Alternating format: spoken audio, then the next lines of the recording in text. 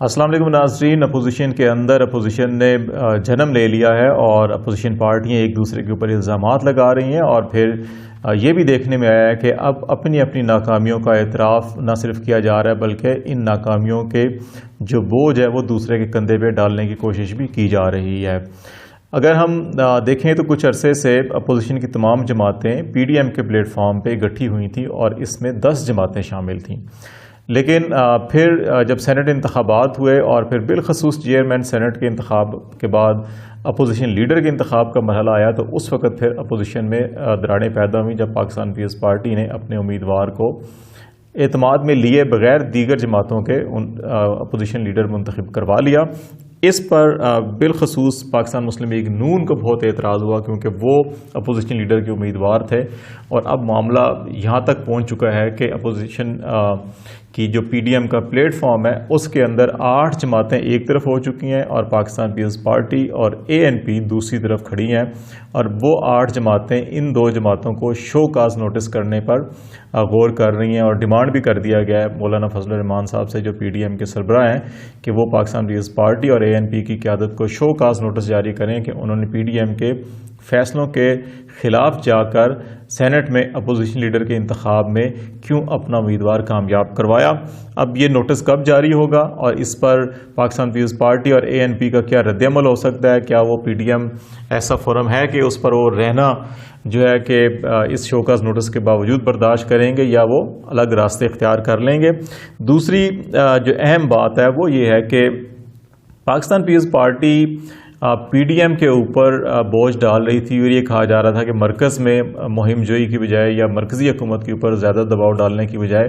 پنجاب میں آسان کام ہو سکتا ہے کہ اگر وزیر اعلیٰ پنجاب کے خلاف عدم اعتماد کی تحریک پیش کی جائے اور نون لیگ اس میں پیش قدمی کرے کیونکہ ان کے پاس زیادہ نمبرز موجود ہیں پنجاب اسمبلی میں، تو پاکستان پیپلز پارٹی پاکستان مسلم لیگ کاف سے مل کر اور دیگر آزاد ارکان سے مل کر یہ کوشش کرے گی کہ عثمان بزدار کی حکومت کو ختم کیا جا سکے۔ لیکن یہ کوشش بھی ان کی ایک طرف تو وہ شہباز شریف یا حمزہ شہباز شریف صاحب یا پاکستان مسلم لیگ نون کے کارکنوں کی ہمدردیاں لینے کی کوشش کر رہے تھے، تو دوسری طرف جو پاکستان مسلم لیگ نون کے اندر 2 فیکٹر، ایک مریم نواز صاحبہ کا اور ایک شہباز شریف یا حمزہ شہباز شریف صاحب کا فیکٹر ہے، اس کے اندر بھی دراڑیں ڈالنے کی کوشش کی جا رہی تھیں۔ لیکن آج کوٹ لکھپت جیل میں جب شہباز شریف صاحب سے حمزہ شہباز شریف کی ملاقات ہوئی تو اس میں یہ معاملہ زیر غور آئے، اور مسلم لیگی ذرائع نے اس کی تصدیق کی ہے کہ شہباز شریف صاحب نے حمزہ شہباز شریف سے یہی کہا ہے کہ پنجاب میں تبدیلی کے لیے ابھی کوئی مہم جوئی نہ کی جائے، نہ ایسی مہم جوئی کا حصہ بنا جائے، بلکہ ایک مناسب وقت کا انتظار کیا جائے۔ جب مناسب وقت ہوگا تو پھر عدم اعتماد کی تحریک پیش کی جائے گی یا ان ہاؤس تبدیلی کی بات کی جائے گی۔ دوسرا، انہوں نے حمزہ شہباز شریف صاحب کو یہ بھی ہدایت کی ہے کہ وہ جو ایگریسو کمپین ہے اس سے ذرا گریز کریں، ابھی درمیان میں رہیں۔ تو یہ جو انڈیکیشن ہے یہ لگتا یہ ہے کہ شہباز شریف صاحب ابھی بھی اپنی اس پالیسی پر عمل کر رہے ہیں کہ جس پالیسی بھی ہمیشہ وہ گامزن رہے ہیں، اور انہوں نے ایک طرف اپوزیشن کو بھی، دوسری طرف اسٹیبلشمنٹ کو بھی، اور پھر حکومت کو بھی کہیں نہ کہیں اعتماد میں لے کر ایسی راستہ نکالنے کی کوشش کی ہے کہ وہ جو موجودہ سیٹ اپ ہے اس کے اندر ان کا جو شیئر ہے یا حصہ ہے وہ برقرار رہے، اور اس کے بعد اگر آئندہ آنے والے چاہے وہ مڈ ٹرم الیکشن ہو یا نیشنل جنرل الیکشن ہو اس کے اندر اپنی پارٹی کو دوبارہ سے فعال کر کے ری آرگنائز کر کے، اور مرکز نہ ہی صحیح کم از کم پنجاب کو واپس گین کر لیں جو ان کے ہاتھ سے نکل چکا ہے۔ تو یہ پالیسی جو ہے یہ پاکستان مسلم لیگ نواز کی قیادت جو بالخصوص میاں نواز شریف صاحب ملک سے باہر ہیں یا مریم نواز صاحبہ ان کے لیے قابل قبول نہیں ہے۔ اس وقت مریم نواز صاحبہ کی جو پوری کوشش ہے وہ یہی ہے کہ اتنی ایگریسو کمپین کی جائے اور اس میں حکومت کو بھی، اسٹیبلشمنٹ کو بھی، اور ریاستی اداروں کو بھی، اور عدلیہ کو بھی اگر تنقید کا نشانہ بنایا جاتا ہے تو بڑے شدید طریقے سے بنایا جائے اور اتنے دباؤ میں ان کو لایا جائے کہ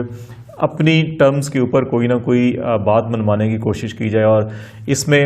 پہلی خواہش ان کی یہی ہے کہ نواز شریف صاحب کی بھی خواہش تھی کہ مریم صاحبہ جو ہیں کہ وہ بیرون ملک آئیں اور کچھ وقت ان کے ساتھ گزاریں۔ مریم صاحبہ بھی اس وقت جو ہے کہ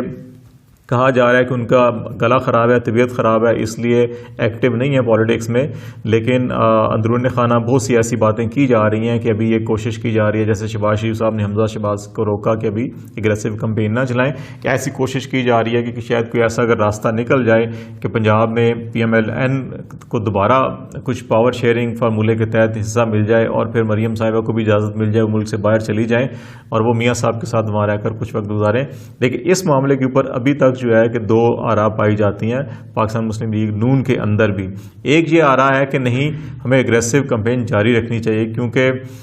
میاں نواز شریف صاحب کی واپسی اور ان کی اقتدار میں، سیاست میں پہلے واپسی، پہلے ملک میں واپسی، پھر سیاست میں واپسی اور پھر اقتدار میں واپسی جو ہے کہ ان کی اولین ترجیح ہے. اس دھڑے کا خیال ہے کہ نون لیگ ہے ہی میاں نواز شریف صاحب کا دوسرا نام، لیکن جو شہباز شریف صاحب ہیں وہ یہ سمجھتے ہیں کہ نہیں، اگر کہیں گیو اینڈ ٹیک کرنا پڑتا ہے تو کر لینا چاہیے، لیکن نون لیگ کے اس دھڑے کو یہ فارمولہ قابل عمل نہیں ہے. دوسرا، پاکستان پیپلز پارٹی کو بھی یہ مایوسی ہوئی ہے کہ وہ جہاں PDM میں اختلافات پیدا ہوئے تھے اور جو دوری یا رنجش پیدا ہوئی تھی ان دونوں بڑی جماعتوں میں پاکستان پیپلز پارٹی اور نون لیگ کے درمیان، اور اس قسم کے بیانات دیے جانے لگ گئے تھے جو 80 اور 90 کی دہائی میں ایک دوسرے کے خلاف دیے جا رہے تھے، اس کو جو کچھ نقصانات ہوئے تھے اس کو کنٹرول کرنے کے لیے پاکستان پیپلز پارٹی نے یہ پیشکش کی کہ پنجاب کے اندر اگر حمزہ شہباز شریف صاحب پیش قدمی کرتے ہیں تو ہم ان کو وزیر اعلیٰ بنانے کے لیے تیار ہیں. لیکن ابھی جو ملاقاتیں ہوئی ہیں کوٹ لکھپت جیل میں، تو اس سے پیپلز پارٹی کو مثبت جواب نہیں گیا. اس کا مطلب ہے کہ پاکستان مسلم لیگ کا جو شہباز شریف دھڑا ہے یا حمزہ شہباز شریف جو پنجاب اسمبلی میں اس کو لیڈ کر رہے ہیں، اپوزیشن لیڈر ہیں، وہ ابھی کسی گیم کا حصہ نہیں بننا چاہتے کہ جس کے نتیجے میں ان کی پارٹی کے اندر یا کچھ ایسے معاملات ہوں جو اسٹیبلشمنٹ کے لیے بھی قابل قبول نہ ہوں اور ان کی جو ایک سوچ ہے مفاہمت کی اس کو نقصان پہنچے، تو وہ ایسا کوئی قدم اٹھانے کے لیے تیار نہیں ہے. دوسری طرف بلاول بھٹو صاحب جو ہیں کہ ایک طرف جو PDM کی طرف سے شوکاز نوٹسز جاری کرنے کی بات کی جا رہی ہے، دوسری طرف کوشش کی کہ پاکستان مسلم لیگ نون کو تھوڑا سا پشت بنائی کی جائے، ہلہ شہری دی جائے اور پنجاب کے اندر لاہور میں ایک نیا کوئی محاذ کھولا جائے، اس کا بھی کوئی مثبت جواب انہیں نہیں ملا. جس کے بعد بلاول بھٹو پریس کانفرنس میں یہ کہنے پر مجبور ہوئے ہیں کہ تو اپوزیشن جماعتیں ہیں جو PDM کا اتحاد ہے وہ ناکام ہوا ہے، اور اس ناکامی کا انہوں نے الزام جو ہے وہ باہر کسی کے اوپر نہیں ڈالا، بلکہ یہ کھایا کہ جو PDM کی ممبر جماعتیں ہیں ان کے آپس کے جو چھوٹے موٹے اختلافات ہیں، ان اختلافات کی وجہ سے PDM کا یہ تھا جو ان کے اوریجنل آبجیکٹیوز تھے کہ حکومت کو ایکسپوز کرنا ہے یا حکومت کی بدعنوانی کو یا نااہلی کو ایکسپوز کرنا ہے، اس میں PDM یا اپوزیشن جماعتیں ناکام ہو گئی ہیں. انہوں نے بے شمار باتیں کی، لیکن اس ساری صورتحال کے اندر اگر آپ دیکھا جائے تو جس انداز میں PDM کی تحریک شروع ہوئی تھی اور اس میں تمام قوم پرست جماعتیں بھی، اس میں مذہبی جماعتیں بھی، اس میں جو ہے کہ لبرل جماعتیں بھی شامل تھیں اور بڑا ایک مکسچر سا ہے یہ. تو یہ بہت سے مبصرین کا یہ خیال تھا اس تحریک کے آغاز کے اوپر کہ شاید یہ سال 2 سال کے اندر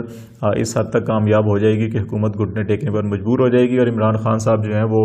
مڈ ٹرم الیکشن کی طرف چلے جائیں گے یا اسمبلیوں کو توڑنے کی طرف چلے جائیں گے. اگر ایسا نہ بھی ہوا تو پھر اپوزیشن جو ہے وہ استعفے دے دے گی اور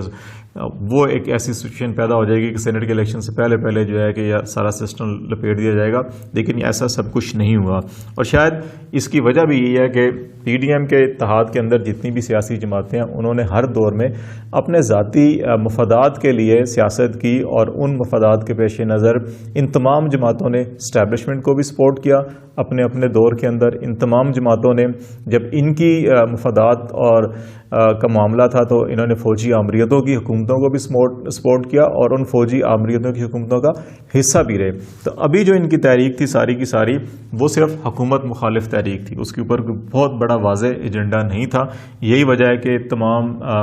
بھانت کی بولیاں بولتے رہے اور اس کا نقصان ان کو آپس میں اٹھانا پڑا، اور اب آ کر یہ اپوزیشن قائدین اس کا اعتراف بھی کر رہے ہیں. لیکن ابھی بھی یہ دیکھنا ہوگا کہ کیا یہ اپوزیشن جس ایک یک نکاتی ایجنڈے پر اکٹھی ہوئی تھی، اور اس میں سب سے بڑا معاملہ انہوں نے مہنگائی کا یا بیڈ گورننس کا یا اکنامک جو ڈیولپمنٹ نہیں ہو رہی ان کے خیال کے مطابق، اس کے حوالے سے جس تمام